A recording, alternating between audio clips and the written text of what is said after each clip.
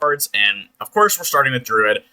This one's going to be pretty tough, I'm not going to lie, because a lot of these cards either currently see play, were already buffed, were nerfed, or I don't think should be touched at all. So I'm going to have to straight from the bottom of the barrel for a lot of these cards. I'm not even lying. Not even going to lie.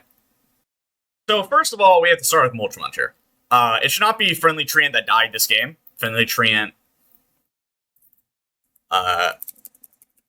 summoned this game. And then I think it should probably be 8 mana. This card would currently not see any play in Treant Druid anyway, even with these buffs, because Treant Druid wouldn't want to run this minion. Treant Druid is actually currently a good deck in Wild. It scams you and wins on turn 3, which is why Mulch Muncher doesn't really fit in the deck anyway. So it's kind of hard to think about, like, how you would make this work, because it's just worse than, like, I think it's called Dark Moon Owl. Whatever the 7-mana 4/4 owl is that costs 1 less for each spell being played, this card is just worse. And that's a bit awkward, right? There's not really an elegant way to make Mulch Muncher playable without, like, buffing the mana cost and nerfing the stats. And, like, I don't think that's what most people think of when they think of this card. They think of it as, like, an 8/8 with Rush that gets cheaper from Treants, because that's what it's always been. So I think bumping the mana cost down 1, changing the effect to match more where Treant decks are, and summoned and not died fits a lot better, because Treants don't really die when you're playing Treant Druid. You either build a big board and scam your opponent on turn like 3 or 4, or you lose the game. So, yeah. Then you have Dream Petal Florist. This is actually a really cool card. I don't know why it's so bad. First of all, why is it not like a 7/7 if it's going to be 7 mana? And then at the end of your turn, reduce the cost of, I think it should be the highest cost minion in your hand. Or the highest cost minion in your hand. The card had no reason to be a 4/4, and then being a random minion makes it just significantly worse. Does this card see play in Wild? Absolutely fucking not. However, if this ever comes back to core, it would probably be not terrible. It's a war golem, so that's not like a gigantic tempo loss. Like, yeah, I think this definitely makes the most sense on where a card like this should be. I don't know. I'm scraping from the bottom of the barrel here, dude. You saw those Druid cards. Come on. Flourish Boomzuka. I mean, come on. Everyone knew that if I was going to get to Boomsday, I would be changing this card. It's a really cool card. The issue is that it's just, I don't know. I think what you could do is summon 3 minions from your deck. I think it's summon the 3 highest cost minions from your deck. They attack enemy minions and die. This makes it so you can actually run it in like a big hunter, right? A big Death Rattle hunter would be able to use this card. It doesn't change anything about the Boomzuka combo, except for the fact that, like, now you could run minions if you really wanted to. It's probably not good, don't get me wrong, but the Maxima Boomzuka thing is still probably better than running any minions in your Boomzuka hunter. I think this is it's kind of a nothing change, but at least gives you an opportunity to play a big Death Rattle hunter. You cheat out your big Death Rattle minions, like your 10 drops. You get your 8/8 with Rush. You get your 7/7s with Taunt from those big minions, and then that's not the worst thing ever. Especially because they attack minions on board. The main issue is the mana cost, but you can't really make this card cheaper because, yeah. You can't really make it cheaper because of the fact that, like, if it was like 5 mana, then you would just do that also. You would do the same thing that I changed it to, but it would be 5 mana. And that would probably not be good for the game. Let's be honest here. For a hunter to cheat out, like, crazy large minions on turn 5 or something like that from their deck and still be able to run minions. And then you have Flark himself. Flark was actually really good in Mech Hunter back in the day. I think this is a pretty simple change. You can just make it like a 5-drop. Nothing too special. Hell, you could probably make it like a 4-mana 4/4, and it would probably be fair. Mech Hunter is like actually unfucking playable garbage in Wild. This doesn't really synergize with like the direction that mechs have been pushed towards over the years. So this would be more of its own separate like kind of Mech Hunter where like it was back in the day. where you'd have like Metal-Tooth Leapers and shit like that to buff up your Goblin Bombs, and that's how you would play it, rather than like a board swarm, like empty your hand with, you know, Mech Warper and Galvanizer and Frequency Oscillator kind of junk. So this is more of like it's more of like a watered down version, like most Hunter things, but it would still probably be good because Hunter has a lot of aggressive tools. Meteorologist. This is a 6 mana 3/3. I think this card could be like, why couldn't it be? Think of something like, what is it? Trog Gem Tosser, which is a 3-drop, which can do something very similar. This is for each card in your hand. It's, I mean, like, I don't think this is really a fucking issue by any means. Having a lot of cards in hand isn't super easy in Mage. If it was like a Warlock card, it would probably be a little stronger, but it's not that fucking crazy to think of. I want to mention, though, that I don't think that Luna's Pocket Galaxy should have any changes. I think that the card itself should be where it's at. However, I think that other cards should be changed to make Luna's work. In the past, I suggested a Solia, Inkmaster Solia, be changed to obviously have better stats. The next spell you cast costs 0. Draw a spell, or draw your highest cost spell. Yeah, this is what I think should be done if you want a Luna's Pocket Galaxy change. I don't think that Luna's Pocket Galaxy should go back to 5 mana. I think that would be really fucking bad for the game. It would have a lot of unforeseen consequences. There's just no world where that's a good change. So I think something like Inkmaster Solia, making it so, okay, you can play your Luna's Pocket Galaxy and tutor it in the same turn and have a 7/7. This is what I think should be done for a Luna's Pocket Galaxy change. This was back in when I did the Mean Streets video, if you didn't see that, but I went a little more into that, why I thought about that there. So, like, Luna's Pocket Galaxy, see Mean Streets video. Right, like, I just don't think that it should be changed itself. I think that this card is very, very, very fragile in what it could do to Wild, because Mage making it so they don't have to spend mana past turn 7 is really significant. If you can play, like, 3 or 4 8-mana minions on turn 8, that is something that could be very precarious for, like, what Mage can do, because Mage can get to that point. Because of Ice Block, because of Rewind, because of Nova, because of, what is it called?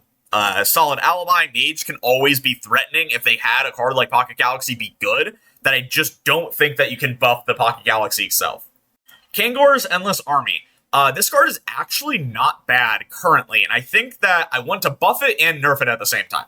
The reason this card is actually quite good right now is because you can resummon Ziliax twice, because of the Reborn, and you play Virus Perfect Module Ziliax, it'll summon itself, so you can have 2 Ziliaxes to go in this Kangor's. I don't like that. I think that that is not what the card should be about. So I think, first of all, you buff the card to 6 mana as a compensation, and then it should be resurrect 3 different friendly mechs.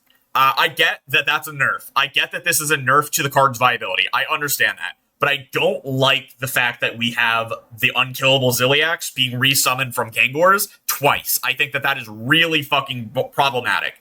Because both of them also come back with Reborn and full health. I think that is really problematic. So this would still let you resummon one of them, but I really, really don't like the resummoning of that Virus Perfect Module Ziliax. I'm just not a fan of it at all. Like, I don't know how better to describe it. It's one of the best parts of Control Paladin, don't get me wrong, but, like, it's just not healthy, I think, to have this Ziliax be so powerful and so easily resummonable. I just really don't like it. I don't have no more to say about it. I just don't like it. I think that that's bad. So buffing Kangor's by mana cost and then nerfing its effect slightly doesn't affect really anything else except that Ziliax specifically. So I think that we can take those. Prismatic Lens. This is a really cool card. It's seen some, like, kind of niche play over the years. It was actually okay in, like, some big Paladins in the past. I think it's a pretty simple change. You just wow, huge buff. Having to pay 4 mana to do that effect is so much. This is now more in line with a lot of other 3 mana draw 2s in the past. Yeah, it has the upside, of course, but like 4 mana for that effect just made it so unplayable. 3 mana just makes it so that you can actually play Big Paladin if you want to run this card in it, and not skip your turn 4, which is a very vital turn a lot of the time. Turn 4 is usually when your opponent's going to start making their push for lethal in aggro decks. It'll be like right before they're going to play like a Lotheb in, you know, like control decks that want to keep you from playing it, or a Boom Pistol Bully. So turn 3 makes it so you can actually play your big minion on the same turn, and I think this is just fine. I don't have any issues with this. It might bring back Warlock Paladin, to be honest, with Tip the Scales, but that's not really a downside. Let's be fucking honest here, dude. Deadringer is a card that people have wanted to go to 1 mana for a long time. I agree. I don't see any reason why it can't be 1 mana. It gives Priest access to really good, really strong Death Rattle-based draw. I think Death Rattle Priest is a deck that can be really cool. You can top end it with Zyrella, or it could be like an Amara deck, and that's what Deadringer is really good in those Amara decks. I think that there is a world where a Death Rattle Priest could be a really cool kind of Shutterwalk style deck, and you need Deadringer for that to work. So I don't think anyone can like make an argument why a 1 mana Deadringer would be too problematic. It only feels like an upside for me to add deck diversity, and Zyrella is just a really cool card. People like Zyrella a lot and want her to be good. The hero card that replays all Death Rattles, that re-triggers all Death Rattle effects. I just think it's really cool. I don't know. I like it. I want it to be playable, to be honest with you. I don't like Shutterwalk that much, so I might not enjoy it, but a lot of people really do, and they would enjoy it. A long time ago, actually, the first ever buff patch we ever got in Hearthstone was in Boomsday, and one of the cards that was buffed was Extra Arms. It was buffed to 2 mana, and then it was reverted to being 3 mana.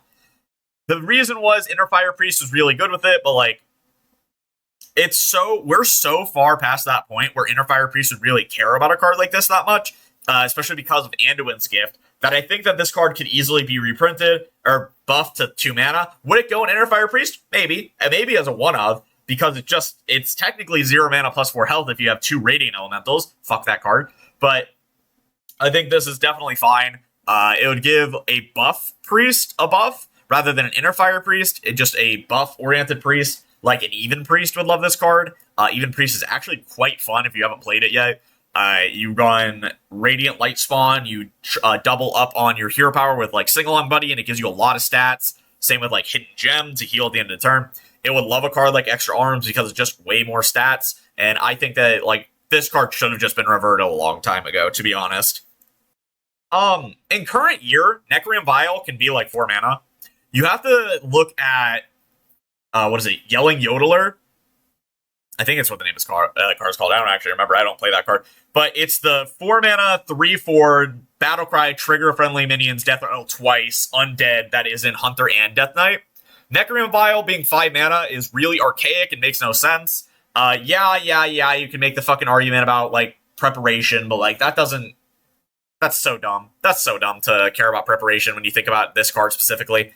I think that this card just goes to 4 mana. It's a spell. It doesn't give you a 3/4 body, so it's a little bit worse. It can just go to 4 mana, and it would match where, a card that we have now a lot better. Academic Espionage. This card is a fan favorite. People love this card. It was a great way to play Cutlass Rogue back in the day. I think the first thing you do is shuffle 10 cards from another class in your deck. They cost 1. Oops. And I don't know why this card has to be 4 mana. It's like I said before, 4 mana is like such a huge tax for like certain cards. 3 mana fits it a lot better. It's a slight bump. It's better because it's another class. You don't have to worry about like thief shenanigans if you're playing against Rogue. It also means that you're going to get random cards. Shuffle 10 from, I guess, other class is into your deck. That's what it should probably be worded as. I know I'm going a little fast for these cards, but like I said, I just don't really have much inspiration for Boomsday cards. A lot of them aren't even that bad. They're just kind of nah. So like just slight mana tweaks, slight wording changes is all these cards really need. I'm going to be honest with you. They're not as outdated and terrible as a lot of cards in the past. And that's what's going to happen, right? As we get closer and closer to current expansions, cards are just going to get slight mana tweaks, slight stat changes, slight wording changes, just to make them feel like they're going to be more in line with a twist format, which is where the series has always been going. Speaking of a card with a slight wording change, I think that something like your next spell, cast twice. Maybe it's Battlecry if you played an elemental.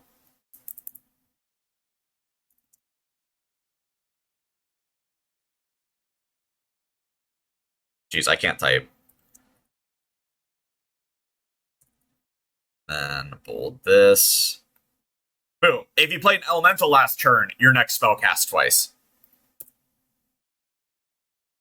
Okay, sorry. I think this fits, again, much more in line with where a card like this should be. You have to play an elemental to get this a lot stronger benefit. It is a significantly stronger benefit for your next spell to cast twice rather than your next spell this turn to cast twice. Because you don't have the 3 mana attacks of Electra Storm Surge. So say you play, like, I don't know, the 7 mana Wish Upon a Star spell, I think it's called. So then you can play this on, like 3, and then you can bank that next spell casting twice to that Wish Upon a Star spell, so you can have more stats for your deck. I mean, this isn't really like that crazy. It's more like this card would be used in a burn kind of elemental deck. You would just run like Lava Shock or something, and it would deal 10 damage, and that's pretty decent. Or Crackle, I guess, could deal 12 if you high roll, things like that. The 3-mana attacks of Electra Storm Surge on the same turn as you playing a card is the real detriment of this card. So I think making it so you have to play an elemental to get the benefit is good, because it forces Electra into an elemental deck, which is where a card like this should have been in the first place, because it's kind of a part of that. And it makes it so you have better burn options, because that's where this card would be used.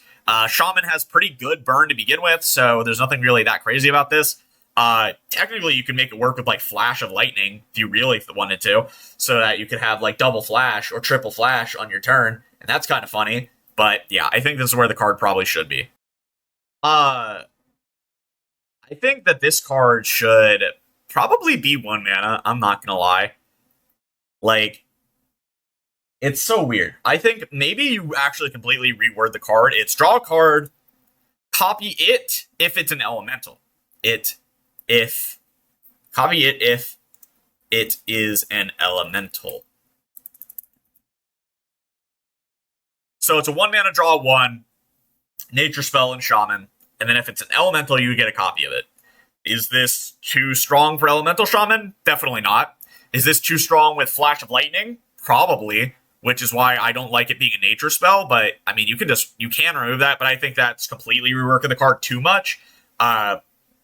This still fits in line with the idea behind the card. You get a copy of it if you had played an elemental, but instead this is if it is an elemental. It still draws you a card. I like Elemental Shaman and Elemental Mage. I want them to be good. Elementals are one of the worst tribes in Wild and in Hearthstone history. They're pretty terrible. There's only been one like truly good Elemental deck from my memory, and it was United in Stormwind Elemental Shaman, where you had like Granite Forgeborn and like Gyre Worm from Darkmoon Faire and stuff like that. So I don't see any reason why buffing Elemental Shaman in Wild is too big of an issue. Let's be fucking real here. Soul Infusion. This card actually saw play with Replicating Imp and a Zoo Warlock in Standard went in Boomsday. I think there's no reason this card couldn't be 0 mana. You have to consider it with... Oh god, what is it called? Smuggler's Crate. Smuggler's Crate was buffed in Caverns of Time to be 0 mana. It gives a random beast +2/+2, but this gives the leftmost minion in your hand +2/+2. No, I don't think there's any issue at all with Soul Infusion being similar to Smuggler's Crate. It could bring back, like a Zoo Warlock where you can, put it on a minion that gets benefits from buffs being doubled, like a Chain Gang or a Replicating Imp or something like that. And I think that's cool. I think that's cool, objectively. I think it's just pretty cool. So Soul Infusion just is more in line with something like Smuggler's Crate. I mean, it's a pretty simple change. Like I said, it's just a mana cost change. Demonic Project, I think, first of all, you buff it to 1 mana. Then I think each player transforms a non-demon minion in their hand into a demon. So this would make it so if you were playing like a demon style, like big warlock, right? Where you have a bunch of demons, you're not going to change your own demon into a random demon, which is good. So if you don't have any minions or any non-demons in your hand, it won't change anything. And then it already implies random based on the wording, so you don't have to add random. And then it's just better overall. Like, it doesn't actually make any difference for any, like, if you're running non-demons in your hand, it'll hit those more often, yeah. But, like, sucks, I guess, to benefit from being 1 mana as a targeted kind of, tech card, right? This is a tech card. You could hit your opponent's big things. And if your opponent is running demons also, this is still a nerf, which is really funny. I think that it shouldn't change demons into demons. I think that was a weird thing in the first place. So I think that, like, flavor-wise, this match is a little better, but it's just a little buff to the card. You could run this in like Arena Lock and not feel as bad paying 2 mana to miss your target. You only pay 1 mana to miss your target. And I think that it's just a lot better. I don't know. Demonic Project is a really cool card. It's similar to... I think it's called like Savory Seafood Delight. Let me look. Yeah, Savory Deviant Delight, where it's now it's 1 mana. They're both 1 mana. Transforms a minion in both players' hands into a pirate or a stealth minion. Obviously, this doesn't have the non-pirate or non-stealth minion thing, but it's now in mana as the same as the other one. Dinomatic. This card was actually brought back into core, and from what I saw, I think it didn't really see any play, even though it was such an iconically super powerful card. It's just really fucking slow in today's game. I think the easiest change is 4 mana, 3/4. 5 mana, 3/4 to deal 5 is already not great. 4 mana, 3/4 to deal 5 is, again, already not great. You could make an argument to make it 3 mana, like a 3 mana, I don't know, like a 3 mana 2/3. So it has -1, -1, and -2 mana. I think that would probably be a little more fair. I don't know. This is such like a fan favorite, iconic control warrior card that, like, it feels bad that it's not playable. But I guess at 3 mana it would kind of be more in line where a card like this should be today, right? Like, compare this to other 3 mana cards that like deal damage to the board. 5 mana is not a lot, or 5 damage is not a lot. Especially when you can hit your own minions if they're not mechs. I think this would probably be fine. I think that Control Warrior struggles so fucking much into aggro. It's like terrible in aggro is the thing. Control Warrior isn't good into aggro, which is fucking crazy. So buffing a card like Dinomatic to be like 3 mana would be huge. It would give you a minion that you can tempo. It would let you kill like 5 health stuff. If you had 5 health on board, it would kill it. But the thing is most aggro decks don't have 5 health on board. You know, they have way more because of Churgeon and because of Divine Shield and because of Totemic Might. So they have way more health. So, like, this card being at 4 mana probably wouldn't even see play. So 3 mana is where I think the card probably should go if you wanted it to actually be playable in any way, shape, or form. Super Collider. Why is this card 5 mana in current year? It should be like 3 mana, dude. After you attack a minion, so you have to take face damage to get its effect. The minion has to not die to get its effect, which is not that easy against, like, 1 health minions really early. And it has to be able to kill another minion for it to be worth it. Obviously, if they both bump into each other and kill each other, it's really strong. So I think maybe it should have, like, a 1/2 durability, so you can only do it twice. But 5 mana for 3 hits is way, way, way worse than 3 mana for 2 hits. Let's be real here. I mean, Super Collider is just a really cool card. It used to be really good, but that was when the game was a lot slower. It wasn't as flood-based as the game is now. Even in Standard, the game is more flood-based than kind of mid-sized minion-based. So cards like this just become a lot worse because you have to have AoE if you want to be able to do anything, right? So buffing Super Collider to 3 helps a Control Warrior a lot, and I mean a lot.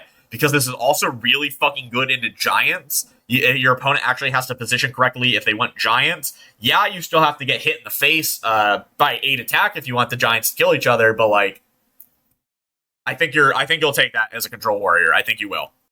Giggling Inventor, when it was released, was one of the most powerful minions ever. Then it was nerfed to 7 mana and it was completely unplayable. It was buffed to 6 mana and is still unplayable. Why can't it be 5 mana anymore? The main use case of this card in Wild today would be a really good anti-weapon option. So it would be really good into Kingsbane, it would be really good into Pirate Rogue, it would be really good into decks like that, because you just have so many, I guess even Druid and Questline Druid as well, you just have so many bodies that your opponent has to get through that is really difficult. This would also be a really good anti-aggro stop card for 5 mana for neutral, like, classes like Shaman, Priest, Warlock, obviously Warrior, that they don't really have. You don't really have super good minion-based anti-aggro kind of stuff at 5 mana right now. So this would be nice. Like, that also isn't a board clear, I guess I should say. I think that, like, it would be better to have more minions that are good at fighting other minions rather than just board clears all the time. It kind of makes it so you're not as bad into a mirror kind of decks. You don't have as many polarization of turns based on, oh, can I draw my removal or not? And it just makes it so your opponent still has a chance because their board isn't completely wiped on like turn 5. I don't see any issue with Giggling Inventor going back to 5 whatsoever. Steel Rager. Okay, this one's kind of funny. I think you just bink bonk 2 mana. Is this good? Nah, not really. But currently 2 mana 3/1 with Rush and Murloc tag sees no play. So would 2 mana 5/1 with Rush mech tag see play? Maybe. Is 2 mana deal 5 to a minion good enough? I think so. Especially if you can like give it lifesteal in Paladin, or you can magnetize onto it in Paladin, I guess, as well. I think this is really funny. This change is probably one of the ones that I would say is least likely to ever happen. Probably shouldn't happen, to be honest, but it's really fucking funny, so I don't care. I think it should be made. I think Steel Rager should go to a 5/1. I think it's really funny. Goblin Bomb. So this card I was toying with if I should change it or not. The issue is, it's not that if you change the Goblin Bomb, anything bad will happen. It's that when you change the Goblin Bomb, a lot of other cards have their effects changed. Namely actually it's only in Hunter. Flarks gets changed, and Boommaster Flark gets changed, and Bomb Toss gets changed. So I think executive decision, it should go to a 1/2. Now, you might be thinking, why does that matter so much? Now Flark summons 4 1/2s, Bomb Toss now summons a 1/2, and it makes it actually similar to Leper Gnome. Leper Gnome is a 1 mana 2/1 with the same Death Rattle, but at the time of this being printed, it was a 1/1. It wasn't reverted. So now Goblin Bomb itself is the same as a Leper Gnome in effect and stat line.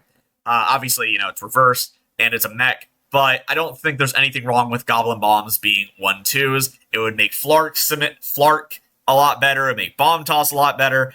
And I don't know. I just think this is probably where the card should be. It's just, I don't know. I don't think there's anything wrong with making Bomb Toss and Boommaster Flark good card or playable cards. Even if you include the 4 mana Flark that I changed in this video, I don't think this is some like breaking of the game kind of card. It just gives, a mech hunter just a really, really, really strong card to play and actually support itself based around. But yeah, if you enjoy, make sure to like, comment, subscribe. Tell me what you think down below. Did I change any cards you don't like? Did I change any cards you like? Did I miss any cards you wanted to be changed? What do you think about the changes that I did make? And I'll see you guys next time. Peace. Rising again, darker than they've ever been.